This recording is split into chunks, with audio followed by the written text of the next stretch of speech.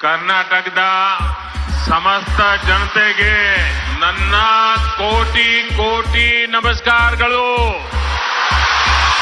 ನಮ್ಮ ನುಡಿಯೂ ಒಂದೇ, ಬಿಜೆಪಿ ಯಾವತ್ತೂ ಮುಂದೆ, ಬಿಜೆಪಿ ನಮ್ಮ ಮನಸ್ಸಲ್ಲೊಂದೇ.